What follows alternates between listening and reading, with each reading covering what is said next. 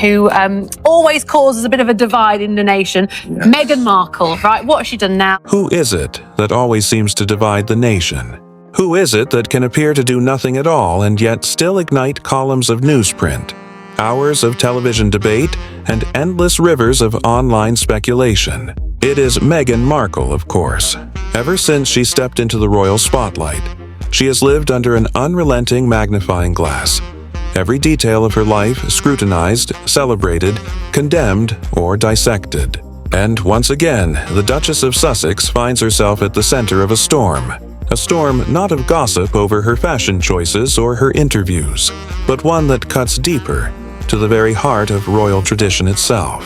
What has she done now? Or, more precisely, what detail has surfaced now that threatens to unravel the perfect fairy tale she and Prince Harry so carefully constructed for the world? The story began innocently enough, with an announcement polished to perfection. On June 4th, 2021, the world was told that Meghan and Harry had welcomed a daughter. She was given the name Lilibet Diana, a name chosen with deliberate symbolism, blending Queen Elizabeth II's childhood nickname with the eternal memory of the late Princess Diana. The press adored the moment. Headlines hailed it as a continuation of the royal saga. Photographs, carefully curated, showed the Sussexes' smiling little girl lying on grass, framed by sunlight, wrapped in warmth. It was painted as the next chapter in a modern royal fairy tale, one where love triumphed and tradition bent gracefully to meet the couple's new Californian lifestyle. But history has a way of demanding more than pictures and words. Royal history, in particular, thrives on transparency, ritual, and proof. For centuries, the legitimacy of heirs has rested not only on bloodlines, but on open processes meant to silence doubt. And in that world, secrecy is never silence, it is suspicion. This time, the contradiction did not come from a gossip column or an anonymous source. It came from something colder, harder, less forgiving. Paperwork, a document meant to confirm a truth, instead opened the door to questions so sharp they cut through the polished facade, exposing cracks that could, if left unanswered, shake the monarchy itself. Meghan herself later spoke candidly about her health. In interviews, she revealed that she had suffered from postpartum preeclampsia, a condition in which new mothers experience high blood pressure and protein in their urine after giving birth. It is dangerous, life-threatening even, leading to seizures or worse if misdiagnosed. Her voice trembled as she admitted the ordeal, describing it as a life-or-death scare. And on the surface, her honesty about the complications seemed genuine, humanizing and relatable to women everywhere. But it also planted a seed. If such a dramatic health scare had truly occurred, where was the medical record to confirm it? Where was the transparency demanded by history when it came to royal children? Almost as soon as the announcement was made, keen observers began noticing discrepancies. Researchers and online commentators examined the public records of California, where the birth had supposedly taken place. And what they found, or failed to find, sparked whispers of unease. Some claimed the records appeared incomplete. Others pointed out that when requests were formally made, what surfaced did not align with expectations. In a monarchy where succession depends on the clarity of lineage, paperwork riddled with anomalies is not a minor mistake. It is a fracture. And fractures in royal bloodlines have, throughout history, erupted into full-blown crises. Why does it matter? Because 4 conditions have always defined whether a royal child is considered legitimate in the line of succession. First, the parents must be legally married. Second, the marriage must be recognized by the Church of England. Third, the child must be conceived naturally. And fourth, perhaps most crucially, the baby must be born from the mother's body, with the event publicly verified and recorded by trusted medical professionals. These are not modern inventions but ancient safeguards, designed to prevent chaos over who inherits the throne. They were once reinforced by rituals. The official easel placed outside Buckingham Palace signed doctors' notices, public confirmations meant to leave no doubt. But with Meghan and Harry, critics argue, these safeguards evaporated. There was no easel, no official medical signatures, no statements from trusted British institutions. Instead, the world was expected to accept carefully worded press releases, staged photographs, and, most importantly, paperwork that didn't quite add up. The deeper one looked, the stranger it became. A screenshot of Lilibet's birth certificate circulated online, showing a numerical code. At first glance, it seemed like any other legal form, but eagle-eyed observers noticed something alarming. The state code printed on the certificate read 105. And yet, according to official government charts, California's code is 104. Code 105 does not belong to California at all.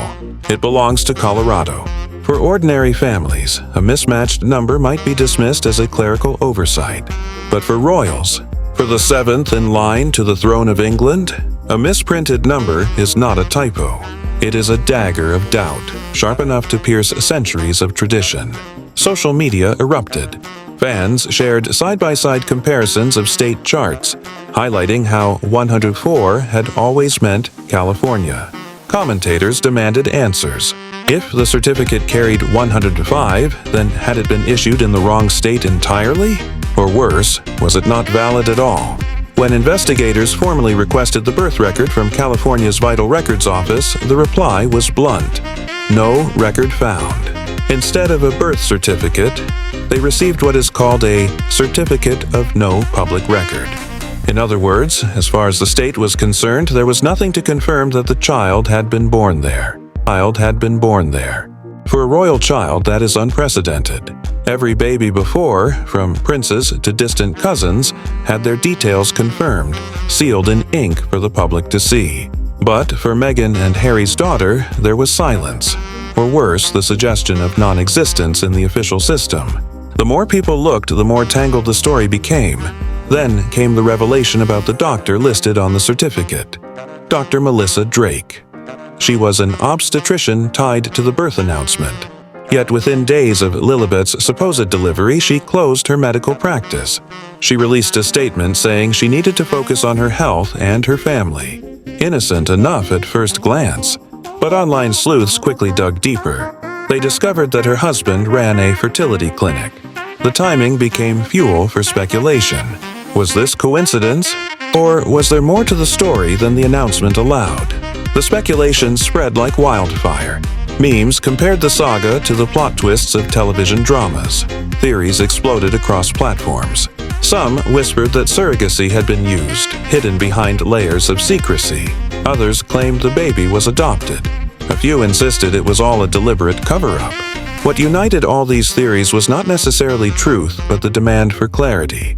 Because when California issues a certificate of no public record, and when the codes point to another state entirely, what exactly is the truth? The royal family's silence only fanned the flames. Buckingham Palace refused to comment, directing all inquiries back to the Sussexes. And the Sussexes themselves never once addressed the code mismatch or the missing record. Their silence was deafening. And in today's world, silence is never neutral. It is interpreted as guilt. Every unanswered question became a meme. Every refusal to respond spawned another thread of speculation. What began as one misprinted number had become a full-blown institutional crisis. To understand the gravity, one must look back at Archie's birth in 2019. Born at Portland Hospital in London, his arrival already looked unconventional. There was no official easel displayed outside Buckingham Palace. No public signatures by doctors. At the time, people brushed it off as Harry and Meghan modernizing royal traditions, trying to shield their child from intrusive rituals. But with Lilibet, the pattern became impossible to ignore. This was not modernization, critics argued. This was opacity. And opacity, in royal terms, breeds only one thing: doubt. Doubt is dangerous. Throughout history, disputed births have ignited wars, toppled monarchs, and fractured dynasties. Today, the stakes may not involve swords and armies, but they are no less significant. They involve legitimacy, credibility, and the trust of a public already divided about the very existence of monarchy. Archie is listed as sixth in line to the throne. Lilibet is listed as seventh. If the paperwork does not meet the rules, their place could be challenged. And when questions about succession emerge, history proves they never fade quietly. The final twist came when one determined investigator decided speculation wasn't enough. They filed an official request, complete with fees, dates, and names. They wanted proof, and the reply they received was chilling in its simplicity. No record found. Instead of confirmation, California's Vital Records Office issued a certificate of no public record. In legal terms, that meant the state itself had nothing to show. No file. No official recognition. Nothing. For Meghan and Harry's daughter, a child presented as the future of the Windsor bloodline, the paper trail simply stopped, and that is where the drama lingers, in a silence so loud it echoes. What happened in those days of June 2021? Was it merely a clerical error, a misprinted number, an unfortunate accident that spiraled into global speculation? Or was it something more deliberate? Something hidden in plain sight, concealed behind polished announcements and carefully staged photographs? The truth remains locked away, unanswered. But one thing is certain. In a monarchy built on transparency of birth, the absence of proof is not absence alone. It is a shadow that grows darker with every unanswered question, threatening to consume the fairy tale entirely. It all began with a single number. A number so small, so easy to miss that most people would never have noticed. Yet once it was spotted, it became the spark that turned whispers into thunder. Fans online shared screenshots of birth certificates and government charts, highlighting the curious case of California's state code. For decades, it had been 104. Solid, consistent, unquestionable. Yet, on Lilibet's certificate, the code read 105. At first, skeptics dismissed it as an overzealous conspiracy theory. But screenshots of official documents, cross-checked with government resources, showed the same truth again and again. 104 was California. 105 was Colorado. The code mismatch was no imagination. It wasn't speculation plucked from thin air. It was right there, printed in black and white on the most important document in the life of a royal child. Not satisfied with screenshots and online chatter, one determined investigator decided to go further. They picked up the phone. According to their own meticulous notes, the call lasted exactly 25 minutes and 45 seconds. On the other end of the line was a staff member from California's Vital Records Office. What they said would send shivers down the spine of anyone who had brushed the matter off as nothing. California always uses 104, the staff member confirmed. It has never been 105. It was not a rumor, not a misunderstanding. It was official. The mismatch was real. The paperwork did not align. And in the world of succession, where paperwork is destiny, that single inconsistency cast a shadow across the monarchy. But that was only the beginning. Because once you start digging into royal births, you realize every record is not just paperwork. It is precedent. The investigator, determined to compare, turned their eyes toward Archie's birth. Through the Freedom of Information Act, they wrote to Parliament, requesting confirmation of his birthplace at Portland Hospital in London. The response was another shock, one that deepened the mystery. Parliament explained that it was not a hospital and therefore had no ability to verify anything. Instead, they directed the request to Buckingham Palace. But here lay the problem. The palace is not bound by FOIA at all. Unlike government bodies, it does not have to respond, does not have to reveal, does not have to open its doors. Which meant, once again, another dead end. At every official checkpoint, the answer was the same. California said no record. The UK bounced inquiries back to the palace. And the palace itself remained wrapped in silence, refusing to confirm, refusing to deny. For critics, this was not oversight. This was stonewalling. Every door closed, every answer withheld, every silence maintained only added to the suspicion. Comparisons to past royal births only intensified the scandal. When Prince George was born, the transparency was deliberate and overwhelming. A ceremonial easel displayed outside Buckingham Palace bore the signatures of medical staff. Proof meant to erase any doubt about the legitimacy of the heir. But with Harry and Meghan's children, those rituals vanished. There was no easel, no signatures, no doctor's note in public view. Instead, there were carefully worded announcements, glossy photographs, and certificates with details that raised eyebrows. To some, Harry and Meghan framed these changes as modernization. to protect their children from the archaic theater of royal rituals. But fans online weren't convinced. They insisted it wasn't modernization at all. It was concealment. And concealment in royal history has always carried a price. Concealment breeds suspicion. And suspicion in matters of succession is like striking a match in a room filled with fuel. The silence did not extinguish the fire. It ignited it. And so, speculation began to swirl about motive. Why would the records be unclear? Why would the details be hidden? Some argued it was nothing more than clerical error, a minor mistake that nobody corrected out of embarrassment. But others pointed to something far more explosive. They drew lines between the doctor listed on the certificate, Dr. Melissa Drake, and her sudden decision to close her medical practice days after the birth. In her statement, she said she wanted to focus on her health and her family. Yet critics noticed that her husband ran a fertility clinic, and from that connection, theories about surrogacy erupted. Could it be that Meghan had not delivered the child herself? Could a surrogate have been involved, cloaked behind secrecy and official silence? Still others whispered about adoption, another possibility that would clash directly with the ancient rules of succession. If a royal child is not born of the mother's body, the claim to the throne becomes questionable. Every possibility, clerical error, surrogacy, adoption, was argued across forums, videos, and articles. And though each theory differed, they all stemmed from the same root: secrecy. Because in public perception, secrecy often matters more than fact. If institutions refuse to clarify, audiences will fill the silence themselves. And that is exactly what happened. Every unanswered question became a headline. Every missing piece of information became a hashtag. Viral TikToks dissected the documents frame by frame.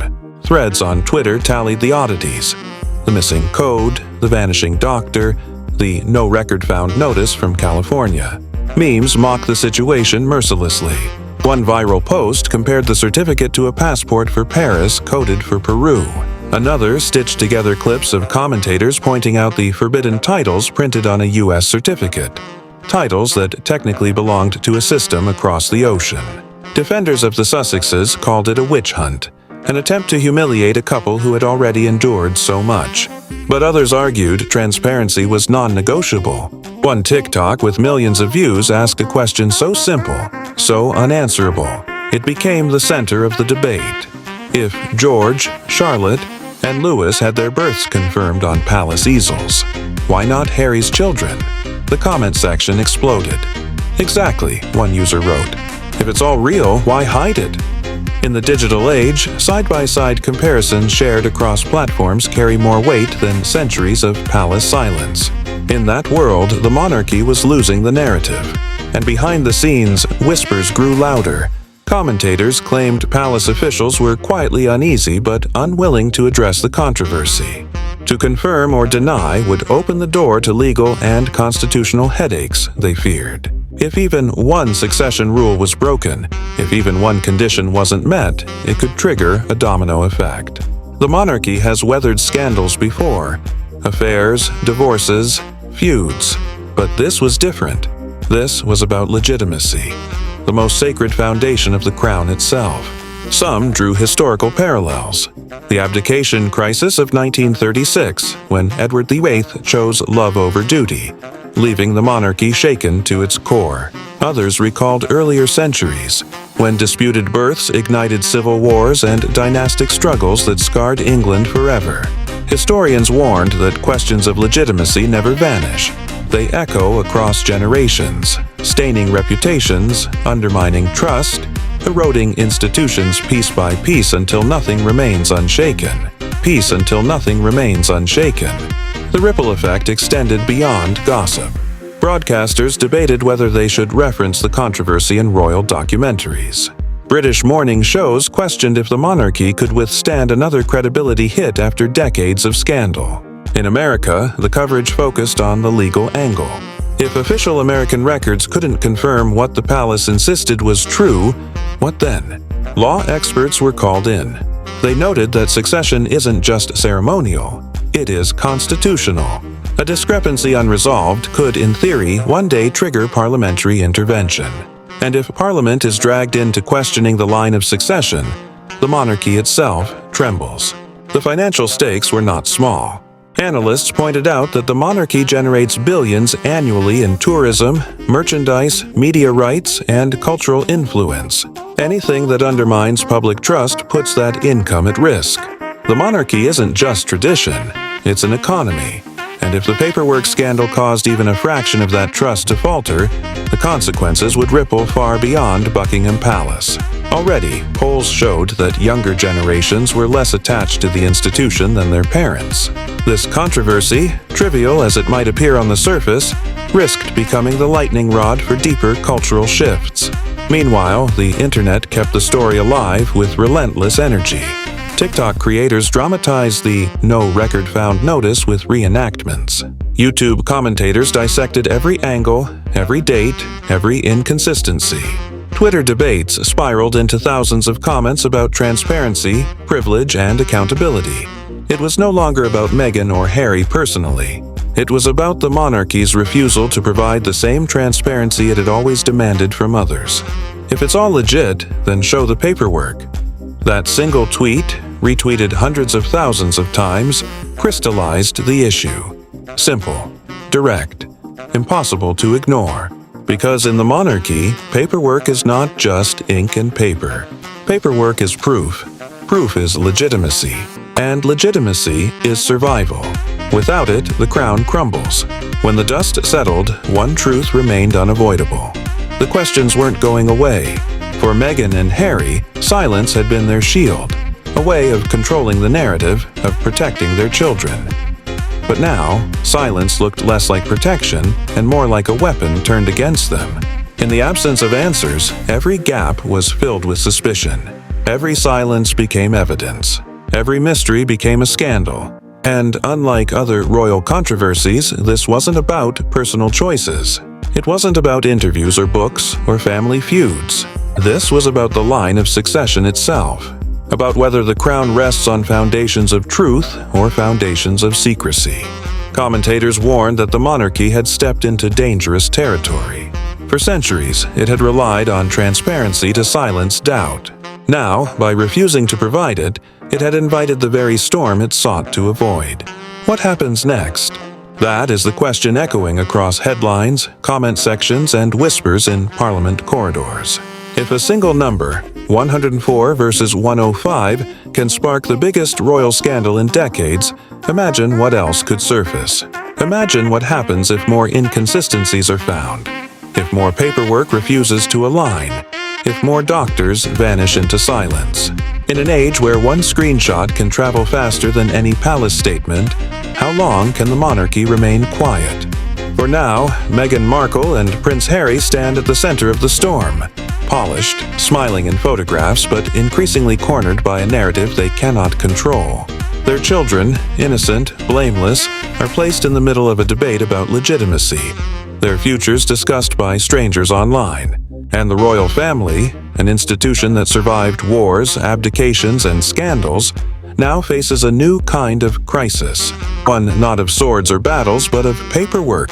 One where destiny is determined not by blood spilt on battlefields, but by numbers typed onto forms. The fairy tale, it seems, doesn't match the documents. And in the monarchy, that mismatch is not small. It is everything. So, here we stand, with a mystery unresolved and a crown shadowed by doubt. A simple code, a missing record, a vanishing doctor. These details may seem small, but history teaches us that it is always the smallest cracks that bring down the tallest walls. And this time, the crack runs straight through the heart of the crown. And that leaves the question no one wants to ask out loud, but everyone is thinking, if the paperwork doesn't prove what the palace insists, then what does the monarchy rest upon? If the monarchy cannot provide clarity on its own line of succession, how much longer can it command trust? The next chapter of this story hasn't been written yet. But one thing is certain. When it comes, it will shake not just Meghan and Harry, but the institution itself. Because in royal history, unanswered questions don't fade. They grow. And in this case, they grow in the very shadow of the throne. This is Crown and Controversy, unraveling the royals one scandal at a time. Don't forget to subscribe.